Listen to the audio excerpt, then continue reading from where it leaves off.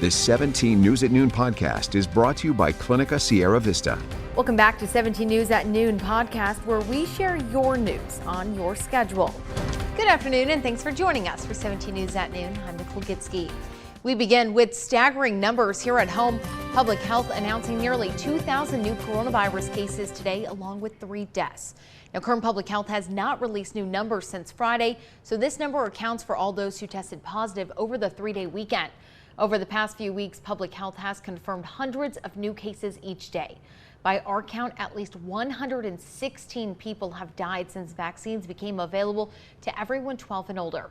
It's also worth noting that Public Health Department reports 98% of people hospitalized with COVID in Kern are unvaccinated. Clinica Sierra Vista is now offering rapid COVID-19 testing and COVID-19 vaccinations. Call 833-278-4584 to make your appointment. But don't delay. Clinica Sierra Vista, putting patients first. And now to Kern's sober reality as the California Highway Patrol releases their latest numbers from over the holiday weekend. Now, according to the Bakersfield CHP, they made 29 DUI-related arrests. Now, luckily, they had to investigate no fatalities. Last year, during the Labor Day weekend, CHP says they made more than 900 arrests for driving under the influence of drugs or alcohol across the state, and 46 people died in crashes that weekend throughout the state. CHP reminds the public to call 911 if they suspect an intoxicated driver any time of the year. Now to a deadly stabbing this morning in South Bakersfield. According to Bakersfield Police, it happened just before 7 this morning on Larson Lane near Plans Road.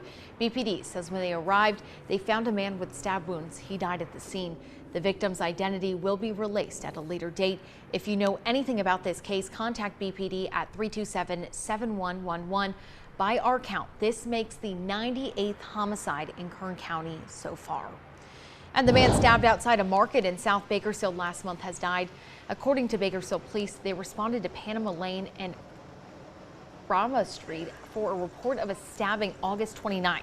Now, police say the stabbing happened in the parking lot of the El Milagro Market. 35-year-old Jesse Martin Mata was taken to a hospital. He died this Saturday. No suspect information has been released at this time. Meantime, we now know the name of the man shot and killed in Arvin over the weekend. It happened Saturday night on Nora Way near Tejon Highway. Arvin police say a sergeant on patrol heard multiple gunshots nearby. He was flagged down by a woman claiming a relative of hers had been shot. Now, officers found 41-year-old Sergio Botello in the driveway suffering from multiple gunshot wounds. He died at the scene. If you know anything about this case, call 854-5583, or you can remain anonymous and call 606-6064. And at least one person is dead in a rollover crash early this morning near Buttonwillow. Now, according to CHP, the solo crash happened just after 7:20 this morning on Interstate 5, just north of 7th Standard Road. Now, CHP has not released any additional information at this time. We've reached out to learn more, and we'll update you once we do get those details. Well, 17 News is your local election headquarters.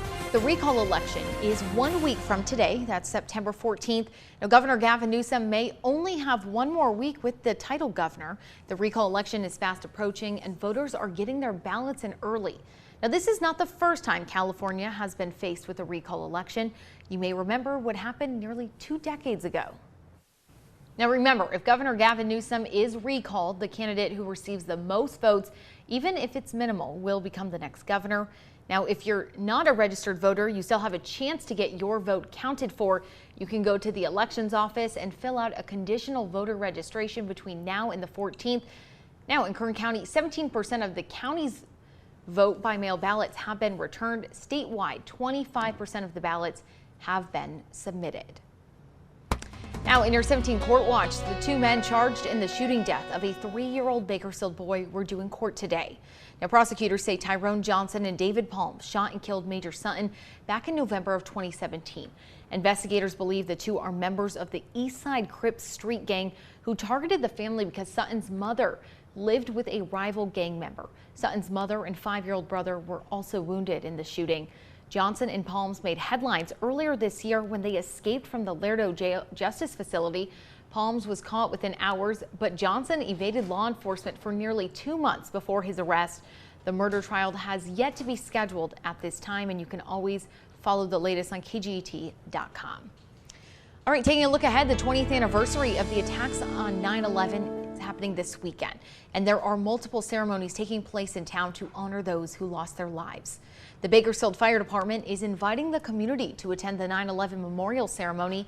There will be two ceremonies on Saturday. The first is set for 9:30 a.m., followed by an evening ceremony at 7 p.m. Both ceremonies will take place at BFD Firehouse 15 on Buena Vista Road. The community is welcome to attend. Now, if you can't make it, BFD will also be live streaming those events.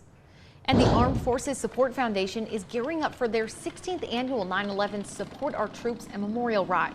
The ride is set for this Saturday on the 20th anniversary. Now, hundreds turn out for the event, honoring those we lost on the tragic day and those who keep their memory alive. If you'd like to join in on the ride, you can meet at the Bakersfield Harley-Davidson at 4:30 p.m. Saturday. Now, riders will head out and finish at the 9/11 evening ceremony taking place on Buena Vista. Meantime, the Kern County Museum is excited to welcome people back for its homecoming celebration. Now, the museum says you can walk down memory lane and rediscover the beauty of the museum. It's September 26th from 9 a.m. to 2 p.m. General admission is $5 and free for those 12 and under. Now, this actually isn't video of it. We'll get video updated, but the Kern County Museum says it highly recommends that everyone wear a mask at that event. More good news on the French fire burning west of Lake Isabella, with significant progress made in the past 2 days. Now, containment of the blaze is now at 65%. That's up from the 52% reported yesterday. Evacuation orders have also been lifted for the French fire. The fire has slowly grown to nearly 27,000 acres. More than 900 firefighters are still on scene. Investigators believe the fire to be human-caused. Meantime, evacuation orders and warnings were lifted for parts of Placer County as crews continue gaining the upper hand against the so-called bridge fire.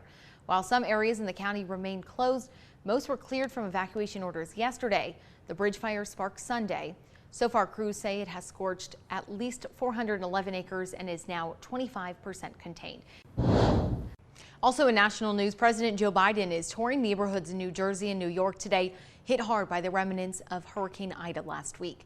The president landed at Central Jersey Regional Airport late morning, then headed for the briefing with local leaders at Somerset County Emergency Management Training Center. Now, at least 67 hurricane-related deaths had been reported across 8 states a week after Ida made landfall in Louisiana.